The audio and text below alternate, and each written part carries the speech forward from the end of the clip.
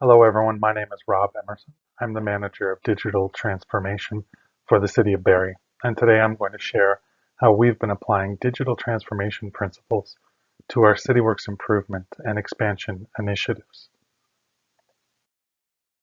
But first, a little background.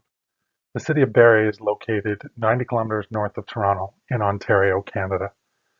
Our city is wrapped around Kempenfelt Bay, which extends west from Lake Simcoe. Our population is currently 153,000 people, which is up significantly from just 62,000 people 30 years ago. Our population is projected to increase to 210,000 people in the next 10 years, finally reaching 253,000 people by 2041. The City of Barrie first implemented Cityworks in 2010 in our surface water treatment division. Over the next 4 years, we expanded our use of Cityworks to other areas within water operations and to our roads, parks, and stormwater maintenance areas. Since 2018, we've been implementing a major effort to modernize and improve our use of Cityworks, including the introduction of mobile solutions. During that time, we've mobilized over 1,000 work activities with combined annual frequency of over 24,000 tasks. We currently use Cityworks version 15.6.4, and our mobile users use the Cityworks 9.1 app.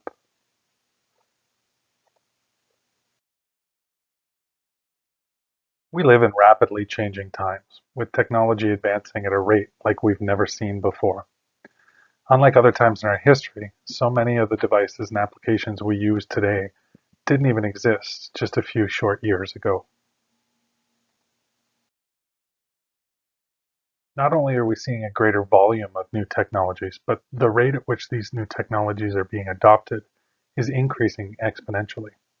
As BlackRock pointed out in their 2014 study, innovation has been constant since the invention of the steam engine. The difference today? Inventions are moving from the drawing board to widespread use faster than ever. In fact, it took 56 years for Alexander Graham Bell's invention to reach half of US households. But by comparison, smartphones took just 7 years to hit the same adoption rate.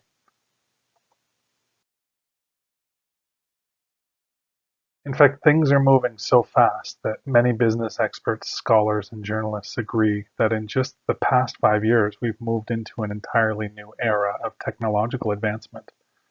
While the third industrial revolution was largely marked by the rise of computing, the fourth industrial revolution is being characterized by the connecting of these now computerized technologies and the convergence of digital, biological, and physical innovation. While 20 years ago we saw the first computers installed inside cars, now the car itself is a computer that can increasingly do the driving for us. And while our mobile devices become smaller and smaller, we can now wear them 24 hours a day on our wrist, and soon they may even be connected to us, acting directly on our thoughts. In 1982, Buckminster Fuller developed a theory about how the total amount of knowledge has grown as civilization has evolved and advanced. He estimated that by the start of the 20th century, knowledge was doubling about every 50 years. By the 1950s, the doubling period was down to about 20 years, and since then, the pace of knowledge growth has increased exponentially. In a 2017 report, IBM built on this theory and estimated that thanks to computing advancements, we were now doubling our knowledge almost every year. And by last year, 2020, IBM estimated we could be doubling our knowledge every 12 hours, thanks largely to the growth of IoT.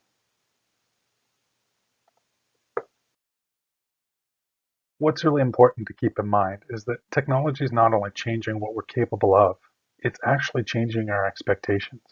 And for the public sector, this is a really important fact. Where once online options were nice to have, now online service is the expected standard. Mobile internet used to be a luxury only for the rich, but now mobile passed 50% of all internet traffic in 2020. Once we accepted cash and checks and payment in person as acceptable options, but now a range of e-payment options, including Interact, PayPal, and Bitcoin, are the expected standard. We used to accept Monday to Friday, 9 a.m. to 5 p.m. as operating hours, but now people expect service availability 24 hours a day, 7 days a week in many cases.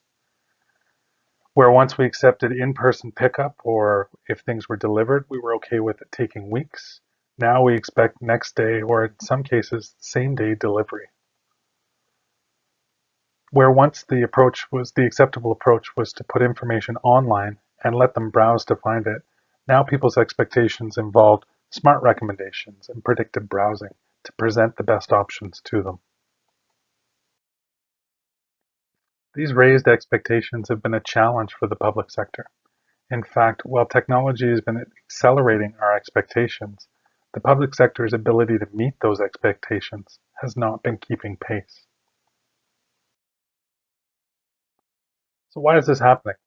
How has technology been allowed to advance at a pace faster than we can keep up with? There's really two things going on here. First, successful modern tech companies are simply using different business models and approaches to problem solving that allow them to develop and release new technologies from idea to finished product faster than ever. We hear this referred to often as the startup approach, and it's really a combination of a number of new approaches, from team structures to workplace design to product development approaches. And second, and perhaps most important, while tech companies have been accelerating, the public sector has been largely staying the same. It's not that we were sitting still or we were caught off guard or that we've reacted too slowly to new technologies. It's largely that our traditional approach just doesn't work for the current pace of change. The problem isn't just that we're falling technologically behind, and the solution isn't as simple as just implementing new technologies. Our organizations are not just one artificial intelligence project away from overcoming the technology hump and returning to the cutting edge. For the public sector to catch up and keep up, we need to adopt more of the same approaches that are being used to advance technology so quickly. The good news? The public sector digital revolution is here. Over the past decade, many governments have created new digital service units, including the UK government's Digital Service, which was really the granddaddy of them all. Created in 2011 as a unit of the Cabinet Office, the Government Digital Service was tasked with shifting public services online, and they really established a lot of the early best practices in digital government services. The US Digital Service was established in 2014 as an elite technology unit first housed within the Office of the President. It first came about largely in response to the healthcare.gov failures in 2013, and it's since expanded to provide consultation to agencies and departments across the federal government. North of the border, here, the Canadian Digital Service was launched in 2017, which was about the same time the province of Ontario kicked off their digital government initiatives, and these two groups have really been the leaders here in Canada. And since then, new digital governments have been emerging in local, state, provincial, and federal governments around the world, with countries like Denmark, Korea, Australia, Sweden, Estonia becoming world digital leaders. And what's really exciting is these digital leaders are building and publishing strategies that share a lot of similar definitions and principles. And even if your particular branch of government is at a different place on the digital transformation spectrum, you can benefit from this new digital revolution in a couple of important ways. First, these new digital strategies aren't just identifying and prioritizing the technologies to be pursued, but they also lay out clear plans for building the structures, practices, and processes that we need to shift our government approach to technology. And lucky for us, one of the common beliefs held by many of these digital services is something called working out loud. Not only are they sharing the outcomes of their work, but more importantly, they're sharing how they do their work, including their tools and templates and policies. Digital transformation has evolved from something a number of governments are pursuing to become a movement where practitioners are actively working to spread best practices for the benefit of all. In many cases, they're literally publishing step-by-step recipes that any government unit can follow for how to build successful technology departments and projects. The good news is these digital transformation principles can be applied to just about any project. So here are 8 principles that you can use for your Cityworks improvement and expansion initiatives. First, be incremental. Break big projects into smaller pieces. Smaller, shorter phases reduce the planning horizon, and they provide more certainty. They allow for rolling wave planning, where greater detail can be added as the project proceeds. This reduces risk, as experience gained from earlier phases can be applied to later phases. It increases the budget and schedule accuracy of later phases, and the resources required, such as subject matter experts, can be more focused and efficient. When our Cityworks improvement project began, our first target department for improvements was the Water Operations Department, and our initial plan was to introduce mobility in one big shot. We'd review everyone's needs across the entire department, build all the tools they needed, order all the devices, and then we'd have a big dramatic countdown, 3, 2, 1, and we'd go live. We certainly didn't think that this was going to be quick. It was going to be months or years of work. But I remember sitting at a municipal innovation conference in the fall of 2018, and I had an epiphany when I realized this is going to fail miserably. I sat there listening to the speakers, mostly from the Ontario Digital Service, share their approaches, and what I realized was that if we were going to be successful, we needed to break this into smaller pieces. And over the last 3 years, we've mobilized over 1,000 work activities in water and many other departments, and these improvements have been broken up into about 20 smaller sprints. Second, involve users in the design early and throughout. Include the people who will use, benefit, or be affected by your solution throughout the process, including requirements gathering, evaluation of alternatives, solution design, and testing. Don't make the mistake of involving users only at the end or for testing. They should be an integral part of the solution. This is something our team has pushed for from the very beginning, and it's something that took a bit of time to build up the relationships and trust for both frontline staff and management. There are supervisors and managers out there that will worry that if we involve workers too soon, well, they might see something that they want, but that we can't give them. But after building up trust with all involved, everyone's come to realize that we come up with better solutions and we all make better decisions when we do it together. Our field staff are enthusiastic about being involved now, and they have a high trust in our solutions because they know we won't launch something that doesn't work for them. Our supervisors and managers love that the process consistently leads to better outcomes, and I think it relieves the pressure that they sometimes feel to have to come up with the best solutions. Number 3, use field visits and job shadowing to learn. Talking to users is better than not including them at all, but watching users is even better. Conversations are good, but nothing is as informative as observing actions and behavior. An actual field test with real users and conditions provides more value than any simulation or mock-up. This has been something that we've been absolutely religious about, and every time we start working with a new group, the first thing our team does is go out into the field to watch how the work is being done. And I really can't stress this enough. You may think you know how things are out in the field or on the shop floor or in the depths of the water plant, but until you go watch the work in progress, you don't know what's happening. Even if you're pulling field staff or operators into your design conversations or solution reviews, you don't really know until you get out there. If we took a simple process like making toast, and I asked you to describe to me the process that you might follow, even if you did it every day, I guarantee that you'd miss a step or some detail along the way. Watching people as they do their work rather than talking about it or demonstrating it is always the best and most accurate way to learn. Number 4, be iterative and agile and build things in repetitive cycles wherever you can. Instead of trying to build the final solution once, break the development into smaller, iterative cycles. A basic operational solution can potentially be launched much earlier, and then after launch can be improved with future updates. This approach allows for complexity to be increased as the development progresses, with lessons learned from each cycle applied to the next. Number 5, use the minimum viable product approach.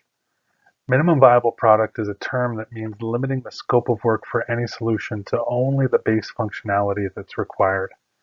Not only does this ensure that processes are more efficient by encouraging prioritizing base functionality over other features, it lessens the risk in early development, as additional complexity can mean many more points of potential failure. Number 6, use prototypes, testing, and experimentation. Avoid overuse of talking through problems to predict outcomes, and give preference to experiments, prototypes, and testing to figure out what will work. In some cases, actually doing something can be a lot quicker than having lengthy discussions around a table to predict the outcome.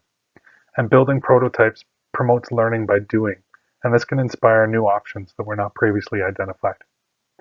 A great example of prototyping and testing was when we were working to develop a mobile solution for our road crews to track the repair of potholes.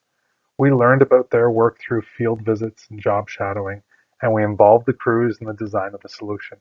But when we built the solution and went out into the roads to try it, we realized that what we'd come up with just wasn't going to work.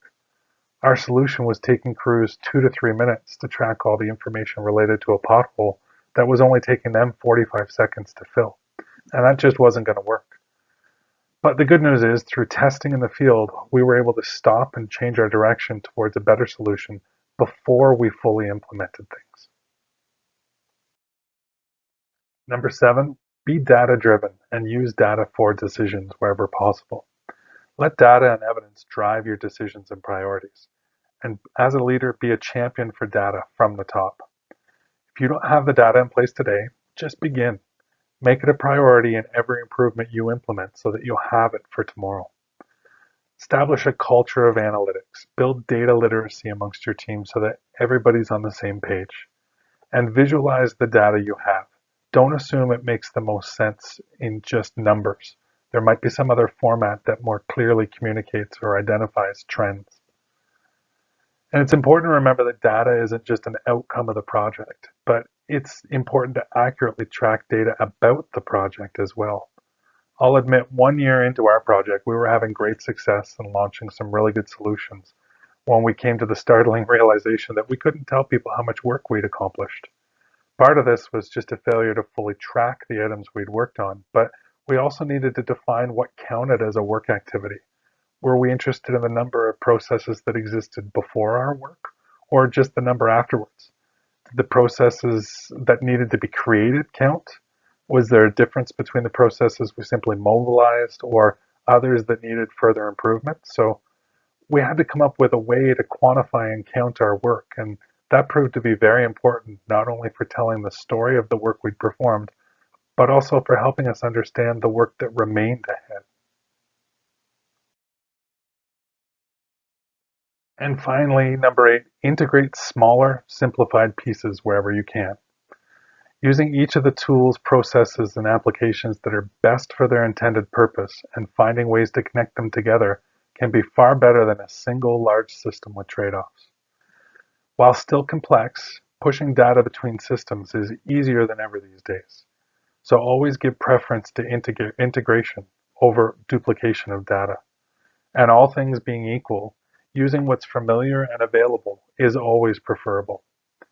In our pothole management solution I referred to earlier, the best option turned out to be an improved version of a GIS collector app that the crews had used before.